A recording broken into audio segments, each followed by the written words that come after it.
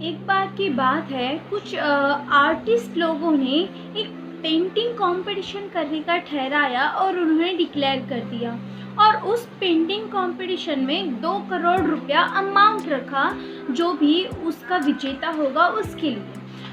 बहुत सारे पेंटर्स जो थे उन्होंने क्या किया कि पार्टिसिपेट करने के बाद में उन्होंने बहुत अच्छी तस्वीरें बनाई।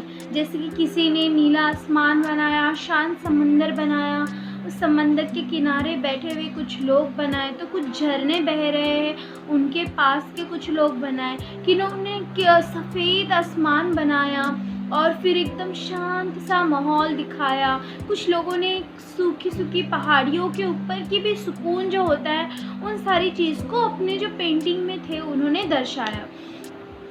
और ऐसे ही बहुत सारे लोगों ने पेंटिंग्स बनाए और उन लोगों को सबमिट कर दी। तो जब वो जो आर्टिस्ट लोग थे उन्होंने सारे पेंटिंग्स को कलेक्ट किया और उसमें से सर्च करने के बाद में उन्होंने एक पेंटिंग को ऐसा पाया जिससे उनको बहुत सुकून मिला। और फिर उसके बाद में जिन लोगों ने उस पेंटिंग कंपटीशन में पार्टिसिपेट किया था उनकी एक कॉन्फ्रेंस बुलाई गई और वहाँ पे बुलाने के बाद में उस तस्वीर को जो है उन लोगों ने सबके सामने रखा और उसके ऊपर पर्दा डाल दिया। वहाँ पे सारे पेंटर्स जो थे वो जमा हो गए। जमा होने के बाद में क्या होता है कि वो लोगों ने क्या किए, उस पेंटिंग के पर्दे को हटा दिए। पेंटिंग के पर्दे को हटाने के बाद में जो पेंटर्स थे उनको लगा शायद से इन लोगों से कोई गलती हो गई है, उन्होंने गलती से कोई मतलब कि पेंटिंग रखी हुई, क्योंकि उसमें कुछ भी सुकून भरा पेंटिंग दिख ही नहीं रहा था, इतना खलबली वाला पेंटिंग था। फिर उसके बाद में वो लोग जो है उनके पास गए, जो एग्जामिनर थे जिन्होंने वो उस पेंटिंग को सिलेक्ट किया था, उनके पास गए। उन्होंने कहा कि सर शायद से आपसे कोई गलती हो गई है, आप इस पेंटिंग को मतलब सुकून भरा कैसे कह सकते हो, ऐसा करके। तो उन्होंने कहा, आर्टिस्ट ने कहा कि नहीं, आप एक काम कीजिए, आप उस पेंटिंग के पास जाइए और उस पेंटिंग को गौर से देखिए। जब आप गौर से देखोगे तब आपको पता चलेगा कि उस पेंटिंग में क्या सुकून है।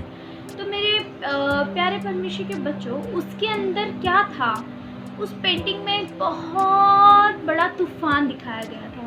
मतलब कि बहुत बड़ा तूफान है और उस तूफान के अंदर एक छोटा सा घर दिखाया गया और घर के अंदर एक बुजुर्ग व्यक्ति था जो उस खिड़की में से उस तूफान को देख रहा था और उसके चेहरे पर एक हल्की सी मुस्कुराहट थी।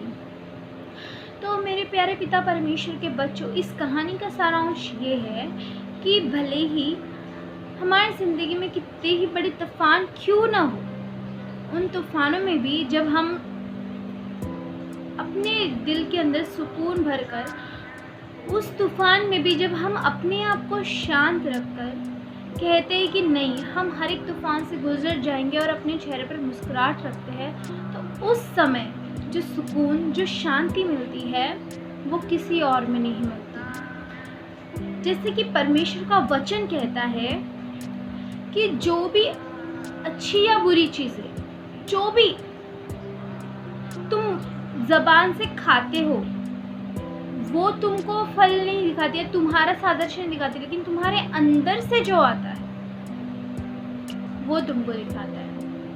मेरे प्यारे पिता परमेश्वर के बच्चों, हमारी भी ज़िंदगी में अगर हम मसीही चाल चलन में चल रहे हैं और हमारी ज़िंदगी में चाहे दुख आ रहे, तकलीफ़ आ रही, बीमारी आ रही है, ये सारे तूफ़ान हैं, ये आते हैं और चले जाते हैं, लेकिन हम इन तूफ़ानों में किस तरीके से स्थिर रहते हैं, ये हमारी ज़िंदगी में मायने रखता है। तो मैं आपके लिए दुआ करूँगी कि आप सभी जन आपकी सारी परीक्षाओं में स्थिर और मजबूत बने रहे, क्योंकि परमेश्वर का वचन कहता है कि सारी बातें मिलकर तुम्हारे लिए भलाई ही उत्पन्न करेगी। इस वचन के अनुसार परमेश्वर आप सबको आशीष दे।